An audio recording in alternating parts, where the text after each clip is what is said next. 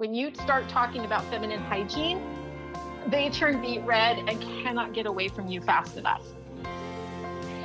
So, I'll just do stuff like that. Well, I'll just, like, whatever comes to mind, I'll just turn around and just play dumb and embarrass the heck out of them. Welcome to the Woman Angler and Adventurer podcast, inspiring real women with a passion for fishing in the outdoors to go get their adventure on. Now, here's your host, Master Captain Angie Scott. Welcome to this week's episode of the Woman Angler and Adventurer podcast. This week, we're focusing a little bit more on the adventurer side of things, which I like to do to mix it up from time to time. And I have a special guest with me this week, Alison Watta. Alison, welcome to the show. Thank you. I'm so excited to be here, Angie. Yeah, so you are the creator and editor at explorationsolo.com, and we will put a link to your website in the show notes so people can easily click on that and go check it out. But you do a lot of backpacking, and that's really a topic I haven't covered much on the show, so I'm excited to have you on to talk about that. And you're based in North Carolina, so let's kind of jump into it. At first, I always like to just let my guests give a little background on themselves and kind of how you got into the outdoors and why you're passionate about it, if you wouldn't mind starting there. Absolutely. Awesome. Yeah. So this is going to sound really pathetic, but I was on a trip to Antarctica of all places. So I had this dream of being like one of those international travel bloggers. So I was in Antarctica, and you're on a boat, and on the way back, I'm hearing these guides tell all of these amazing stories of what they've done. And I'm just sitting there and I'm just like, okay, so what have I done with my life? I mean, I'm just sitting here eating a cookie. And I felt really, I got the sense that I really wasn't living my life. And inspired by all of their stories about being in the outdoors and doing all of these great things, I thought I really want to get out and explore more. And camping seemed like a good place to start. When I got back home, I found an intro to backpacking course, and so I signed up for that. And once you've done it, it's really pretty addicting. And I met a lot of great people in that class, some of which are the people that I still go out with to this day, and we'll go hiking or backpacking together. And after about a year, I was just so into it. I actually started taking people out, taking like guided hiking, and started taking people out on backpacking trips. And I actually even teach the intro to backpacking class and have been for quite a few years now. It's nice to get other people, excited and hooked into the outdoors on that. And it's just really nice to see somebody go from, oh, I don't know if I can do this. This seems really hard, to loving it and being this really confident backpacker or hiker after they've been out on a couple of trips. And it's just really, I just really enjoy seeing that. Yeah, that's really great. So I want to talk a little bit about when somebody is getting into backpacking, what are some things they should think about. Before we get into that, though, I got to know what brought you to Antarctica. The company I was with at the time just started enacting these sabbaticals. So you could take this 4-week sabbatical, which basically it was 4 weeks of continuous vacation.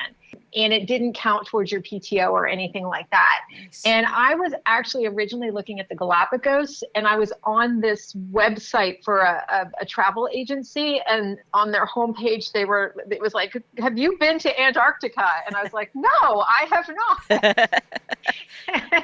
So somewhere along the line, the Galapagos morphed into Antarctica. Wow, that's very cool. I think all companies should do that for their employees. It was a really great opportunity. And I do have to say, if you've not been, I do recommend, if you love being outside, it is amazing. It's one of the last places that really, truly looks untouched. Wow, that's very cool. Very cool. All right, so let's get back to backpacking. So I've never gone backpacking before. I love the outdoors. It sounds like something I might enjoy and I want to try. Where do I start? Yeah, and there's a good question. I mean, it depends on the kind of person you are. Some people enjoy taking a course, and if you can find an intro to backpacking course near you, that's a great option. You can just Google like backpacking courses and then like my state or my city and state and see if there are any options near you. Also, a lot of groups, there's a lot of backpacking groups that they welcome beginners and they'll help you get started. So you can look at Meetup or Facebook and just look for backpacking groups, and just read in their descriptions and see if any, how welcoming they are to beginners. And, there's just a lot of options there. Now, some people get started on their own. Not gonna lie, there are people, it's a steep learning curve, but it is very doable. If you are going to try to do it by yourself, I would really do the research online. I'd follow a lot of different people on YouTube. I would read a lot of different websites about getting started backpacking online. And the reason you want to do this is that backpackers can be opinionated. So you'll hear a lot of like, you have to do this. Don't ever do this. This piece of gear is a piece of junk. Don't buy it. I love this piece of gear, and it's the same piece of gear. Right. Sounds like fishing. Yeah, probably every outdoor store. Yeah. But what you want to do is listen to why they're saying they like it or to do it, and why they're saying they don't like it or why they wouldn't do it. Because what you're going to start hearing are the pros and cons of the different options. And then you can start to say, well, I'm willing to put up with this, but this is a deal breaker for me. And you can start making decisions based on that. The other thing I would do is, go to the outfitter stores, visit the outfitters near you, and, touch the equipment, talk to people there. They're used to it. I mean, don't worry, you're not bugging them. They probably love talking about the equipment and like we all do, and places to go. They may also have some ideas on courses and things like that. So that's just, a couple of options on that one.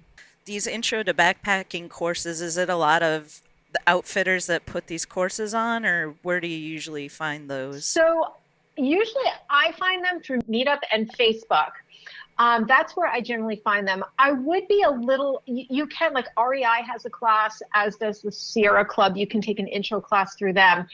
And you will learn a lot and you'll have fun. I would just caution that, when you're with an outfitter like that, where they're packing all of the food, they tend to bring a lot of things you would never bring on your own. So, you're going to carry 40 pounds, whereas by myself, I might be at 30 pounds. They just bring a lot of extras that you would never do on your own. But I think it's still a good way to pick up good habits and to have people with you and give it a try.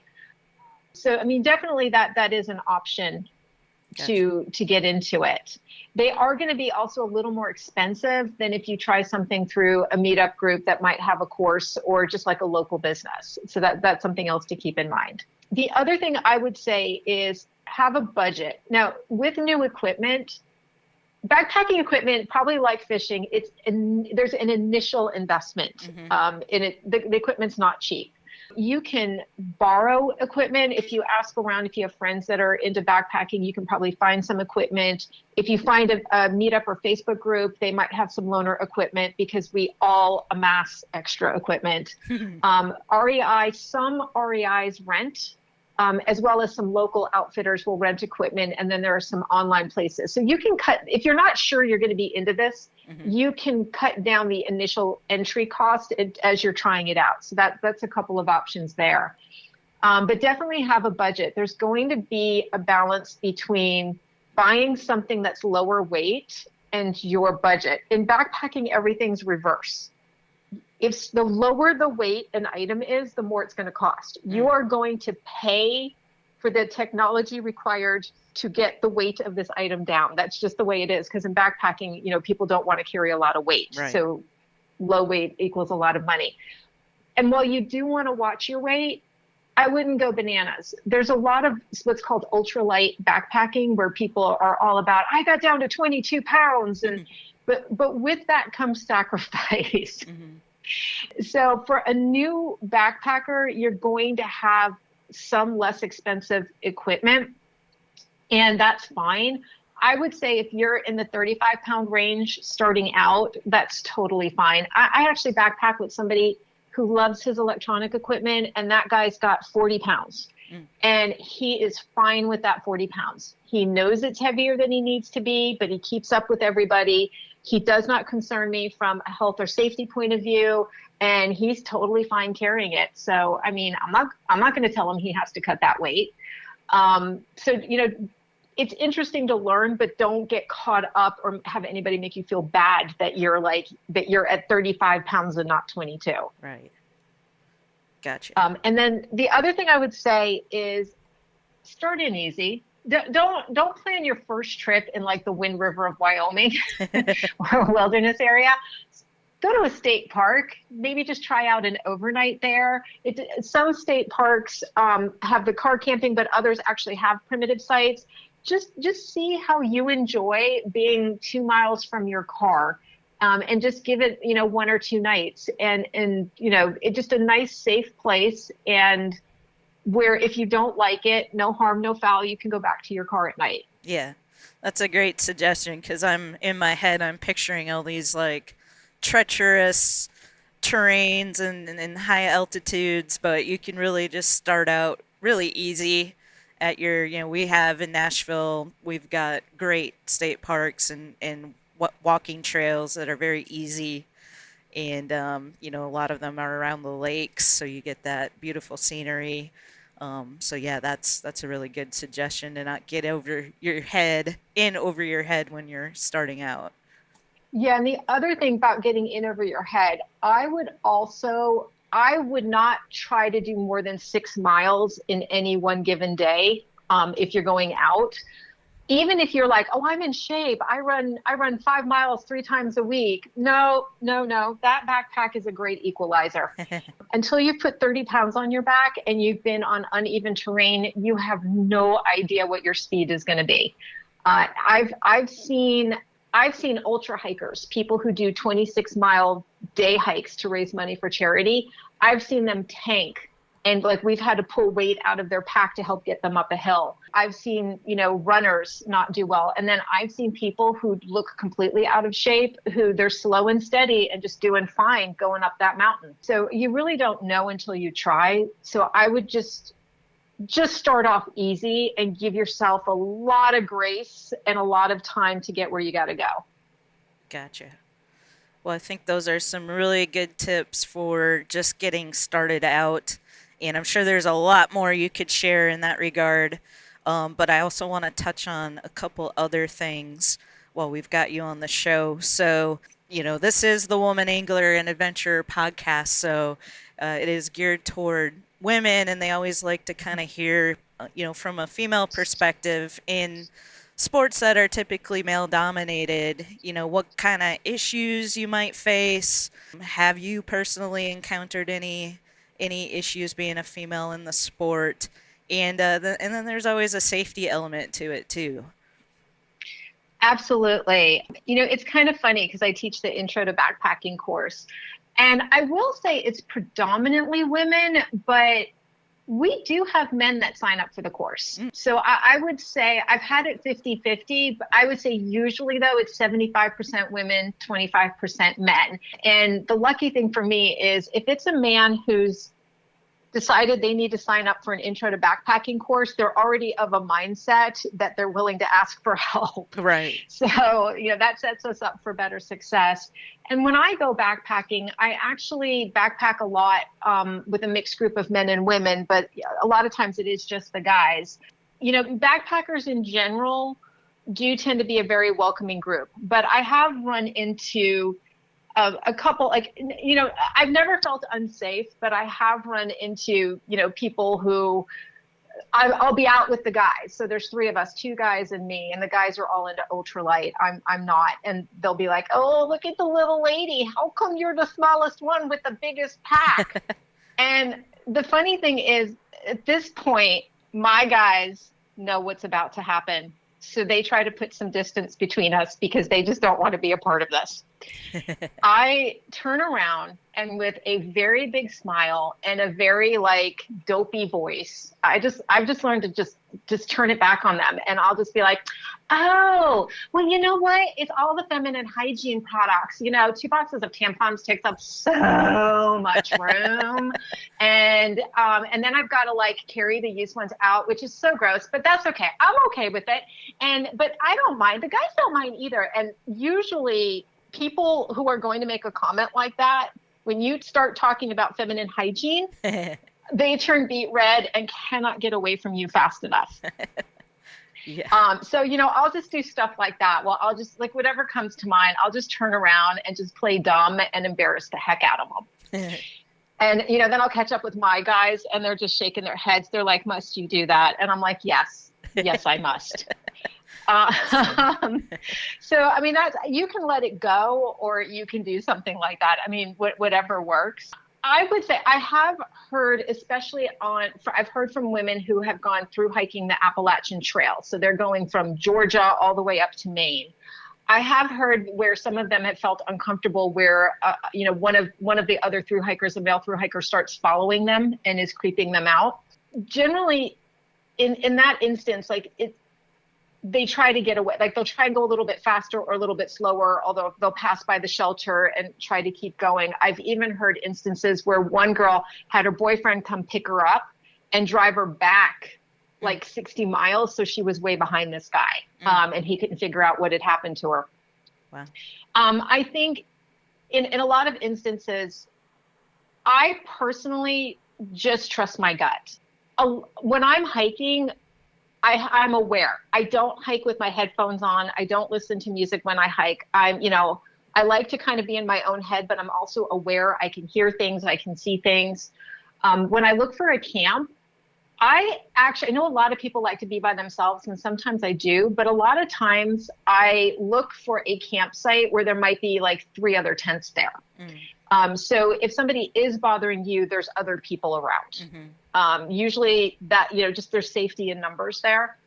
So you can do things like that. The other thing is if you're camped and you're by yourself and somebody camps near you and you don't feel good about it, there's just something about this person that feels off. Pick your tent up and leave. People are so worried about being rude. No, don't worry about that. Don't worry about that. This is about you, not them. Just pick up your tent and go another mile down and set up camp somewhere else. That would be my biggest advice to people in that situation. I also always carry a satellite device with an SOS, and somebody else at home knows where I am. So I've got a friend. I always give them my itinerary. Here's where I'm going to be. Here's the route. And this day on this time is when I'm going to check back in with you. And then, if you don't check in at that time, usually she gives it like another hour or so. But at that point, then she can call for help if I'm still not back after what she thinks is a appropriate amount of time. But overall, I personally, just recreationally, backpacking have not really run into any issues except for, the local yokels making their fun little comments. Right. That's good. Where do you personally do you have certain places you like to go hiking? Yeah. Or I mean, backpacking? I stick a lot to North Carolina, Tennessee, Virginia, those areas. Mainly, honestly, a lot of that is just they're close. It takes me about 3.5 hours to get to most locations. If I was going to go to the Great Smoky Mountains, that's going to be about 5 hours. But there's also backpacking on the coast. Don't overlook the coastal areas. There's some great backpacking there, and this is the time of year to do it. And then, believe it or not, there's really good backpacking in South Carolina. They're home to the Foothills Trail down there. Very cool. Well, the areas you mentioned where you like to go, I've definitely featured ladies on the podcast who like to fly fish in those areas. So, that's a really good tie-in. You've mentioned when we were talking earlier offline that you see a lot of people out there that backpack just so they can get closer to the good fishing areas. So yeah, absolutely. North Carolina and Virginia in particular, at least the areas that I've been, in Virginia, there's Crabtree Creek in that area, huge fly fishing up there. And it was interesting. The first time I saw it, there was somebody, with a pack on and, a fishing rod attached to the side of it. I just remember thinking, I'm like, wow, that's hardcore. Yeah, and those rods are pretty long unless you get one that folds up. So I don't know how they do it, if they get like travel ones or if you've Yeah, seen the big long ones. what I've seen is they'll strap it to the side of their pack and it just kind of goes up the top and down below.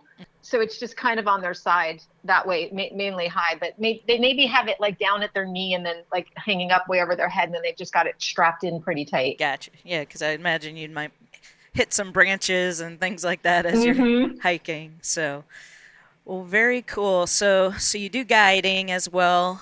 You mentioned, and have you had any issues being a female guide in that regard? Actually, I have not. Good. I think it's because most people who go on a trip um, either are they don't want to go by themselves. They're not confident enough to go by themselves, so they're just happy that somebody else is leading it. Hmm. I've also learned from talking to some of my regulars that they just don't want to think. They want to pack, show up, and follow me, which I'm like, really, you really should know the route and not just blindly follow. But okay.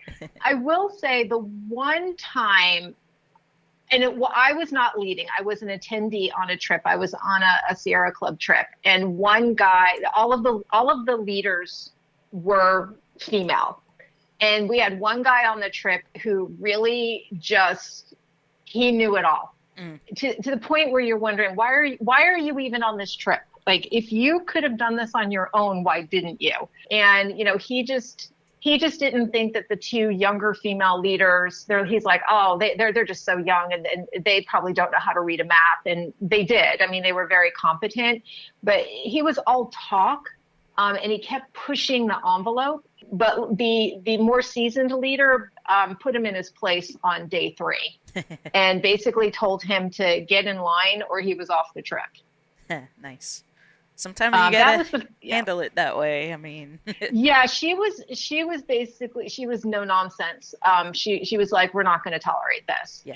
And he was still a little bit grumbly, but he wasn't quite so open about his thoughts after that. I think he at least learned to keep it to himself. I have to admit, though, he was so like, oh, little ladies can't carry this much weight. I'm like, those little ladies are carrying 50 pounds, you're carrying 40. And they are about half a mile in front of you on this trail. So Right. no. I was really, really close one night to pulling the stakes out of his tent overnight. It had occurred to me to like, I was thinking about doing it. That's funny. So, before we wrap this up, I do want to mention your website again, explorationsolo.com. It looks like you have a lot of great resources on your website that people can go check out. Do you want to talk a little bit about that? Yeah, the website is really about like North Carolina and nearby states. Traveling those with a focus on small towns because I feel like when you're backpacking, you're usually based out of a small town, and there's a lot there for you to visit. And then I really talk about backpacking in those areas and gear and tips. Just what you need to truly explore. On the website, you will find a backpacking basics page, and that's a good place to start because that's just kind of this big kind of hub page that will help guide you through everything else that's on the website. So you don't have to hunt and poke around. It just kind of guides you through what you need to know and where that information is. Awesome. I see you have a book that people can download, backpacking lists for every season, ebook. So that would be a really great resource for somebody just getting started so they know exactly what they need to have. And Yes, that's a really good. It actually covers each season, and it's my packing list for each season, along with information about what's available, like why I would make these decisions. So, like for clothing, why did I choose this clothing? Why would I bring my 20-degree sleeping bag? Just some information along those lines. I also, if you're on the website, you'll see an option to subscribe. And once you subscribe, I do have resources for subscribers, including my warm weather packing list. So if you'd like to kind of see what you're getting into before you buy the book, you can definitely do that. Great. Awesome. You got anything coming up that you want to mention, or any exciting trips or backpacking trips? So I think the next big trip I'm going to do, and I'm pretty excited. There's well, if you don't live in this area, you may not be familiar with it, but there's an area called Pathertown Wilderness out here, and it's one of the areas that's eluded me, and I haven't been there. So I'm going to be heading out there in a couple of months to just kind of explore that area and see what's out there. It's just going to be this new place for me to go. Great. Awesome. Well, I know you're on Instagram and Facebook. Is that the best places for people to follow your adventures? Absolutely. Instagram and Facebook are both good places to follow. And, feel free to shoot me a DM or email me, Allison@explorationsolo.com. I'm one of those people that, I have to reply to emails and things. I can't just leave them. Well, that's great. Well, I really appreciate you coming on the show to talk about backpacking. Very, very informative. Hopefully we've inspired some people who haven't tried it to give it a try, and it might just be something that you become super passionate about like you have. And thank you for being available for people if they do have any questions to reach out. Really, really appreciate that. Well, thanks for having me. This has been so much fun, and I hope some people who are on the fence do decide to give it a go. Just to let you guys know, I started in my 40s, my mid 40s. So anybody can do this. Please don't think that it's passed you by. Yeah. Wow. That's awesome. Well, thank you so much. I really enjoyed it. Thanks, Angie.